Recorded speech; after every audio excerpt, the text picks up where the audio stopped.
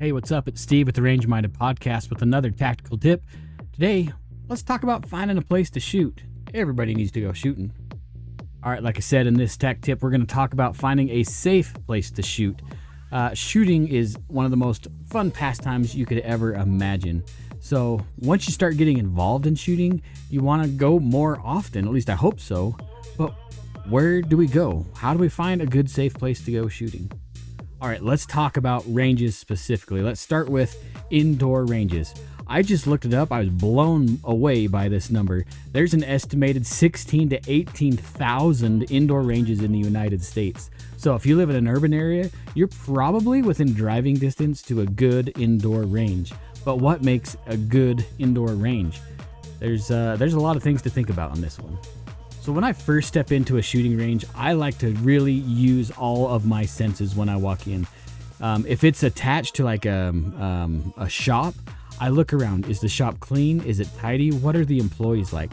I really want to get a sense of the attitude of where this is. I want to absorb as much information right off the bat. If it's kind of messy and things are out of place, I start to figure out that maybe there's some different priorities than the customer as I walk in. Now, if you go to a place like that and they let you inspect the range before you shoot, really pay attention to the details of the range. First off, are there safety rules posted? Do they have a range safety officer on staff that's actually managing and making sure that people are being safe and respectable on the range? How does the range look? Is the floor clean or is it full of garbage? How are the trashes? Are things overflowing? If you're seeing messes and a lot of ignorance to the details, it's probably going to tell me anyways that I don't want to spend my money there because they're not taking the customer's safety in a priority.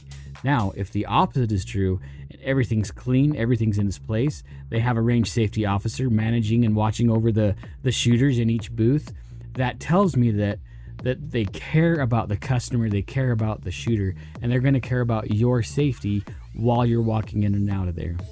On the other hand, if you walk in there and you see that everything's clean and tidy, the garbages are empty, they have little cabinets, everything's clean and in its place, they have the safety rules stamped, posted on the wall somewhere, and they have a range safety officer managing and mitigating any kind of dangers on the range, that tells me that they actually do care about the people that patronize their range and their safety. And that'd be probably somewhere I would actually spend more time. Really pay attention to the cleanliness and the respectfulness of the people inside that range. Another thing that's a big issue to me is, do they have life-saving equipment and instructions or some way to handle a major issue on the range, a safety issue or a health or a life safety issue? Do they have big first aid kits on the wall? Are there emergency buttons? Do they have protocols to help bring emergency services in if necessary? That's another thing to really pay attention to. I know we talk about bringing like our own personal first aid stuff to the range, but sometimes that's not adequate if there is some kind of a major event. So pay attention to see how they really consider everybody's safety and health inside that indoor range. Another huge factor, and maybe this is honestly the biggest factor, is lighting and ventilation. I've been in some indoor ranges that are kind of old, been around for a while, where the ventilation is really less than adequate. As we're shooting, we're kicking up a lot of dust and powder. Like, there's a lot of unspent gunpowder. There's a lot of lead fouling in the air, whether you believe it or not. There are contaminants in the air.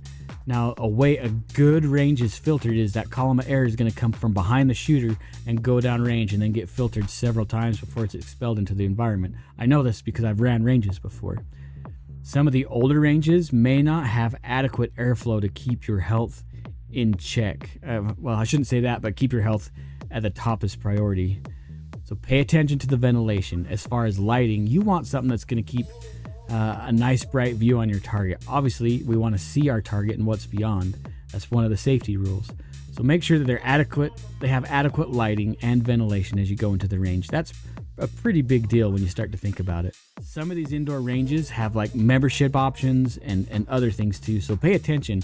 Usually the more services they offer, the more dedicated they are to keeping the range clean, safe, and running. So if they have education benefits, courses and classes they offer, or memberships, just look and see what options they have.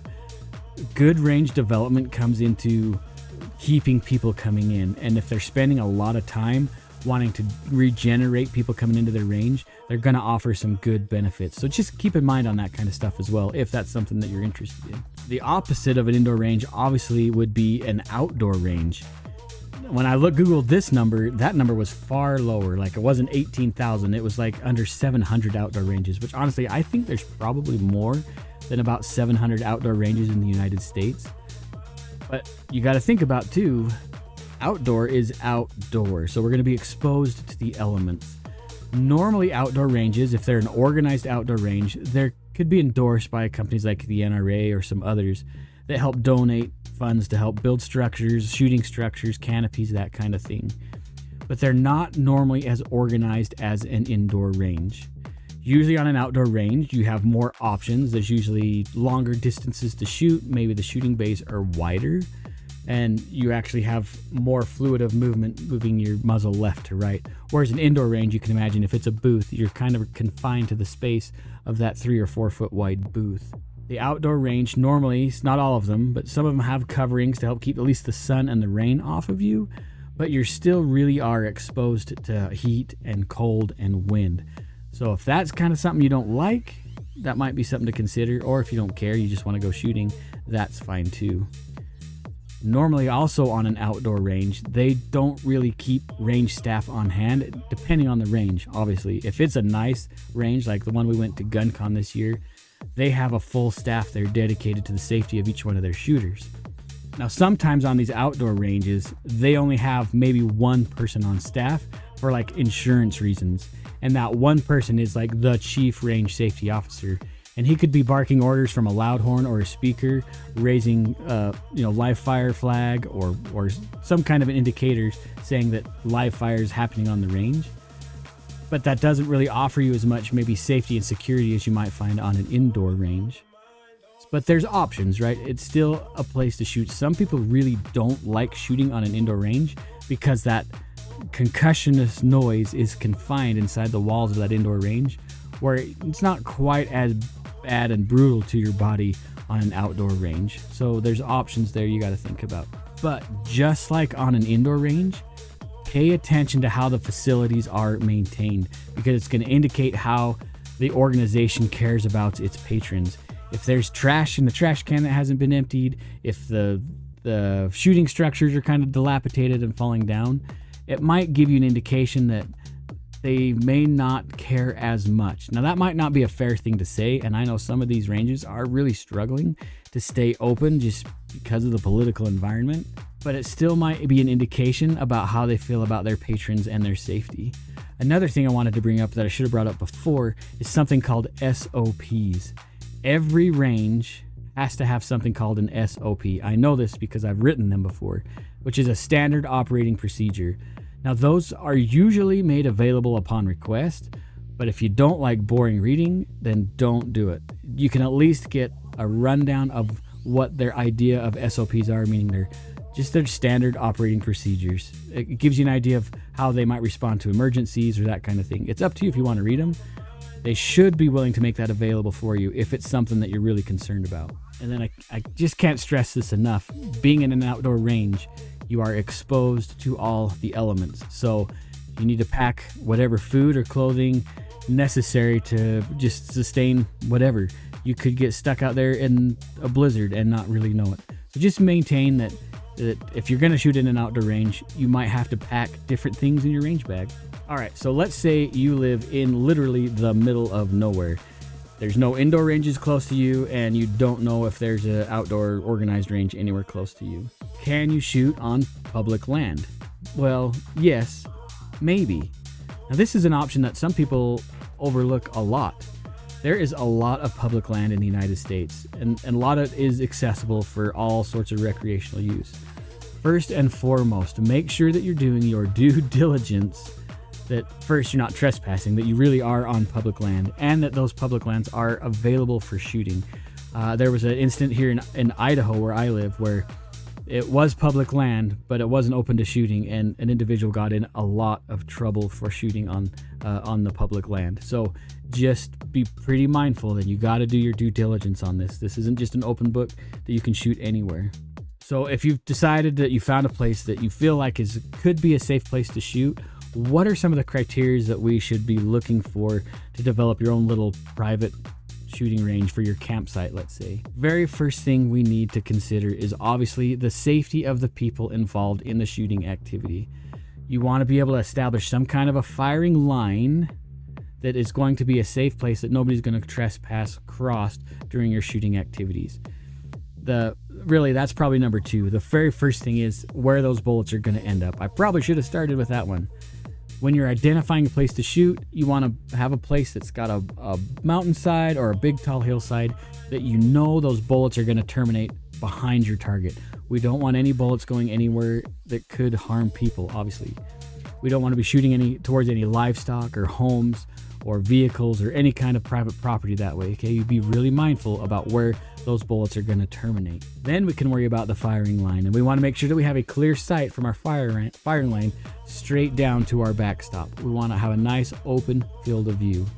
The other thing we have to consider, and we need to make sure it doesn't happen, is there's no roads or trails or anything along the sides of our shooting direction or across our backstop. Obviously, we have to keep everybody's safety in mind. So very first thing is backstop, and you want a safe shooting line, and you want to make sure that there's no trails or roads or public or private property that can be destroyed in your shooting activity. Now, the biggest pet peeve of mine of all time. So I live close to a desert. I can just get in my pickup, I can drive out in the desert, I can set up a couple target stands, and I can enjoy a day of shooting outside in the sunshine if I really want. My issue is with this, and I see it every time I go out there, is people leave their garbage out on wherever they just shoot. They leave their shot shells, they leave their empty cartridge boxes, they just leave everything on the ground. Don't be that guy. Please plan to pick up all of your trash at the end of your shooting activity. Please. It's not that hard. You can buy a couple of big blue tarps, lay them out on the ground, shoot all you want, and then just roll up the tarps and throw them back in the back of your pickup truck. It could be that fast. Whenever we go shooting, even just like camping, we want to leave no trace. We want to leave it better than where we found it. As stewards of the Second Amendment, it is our job to be responsible gun owners, and that is our highest responsibility after safety, is keeping our environment clean. It's not that hard, but it is that important. So clean up after yourself. So anyway, there it is, finding a safe place to shoot. What do you guys think? Maybe I missed something. Maybe I should have added something else. Who knows? Anyways, what do you think? Tell me down below in this video, and I hope you see me on the next tactical tip. See you guys.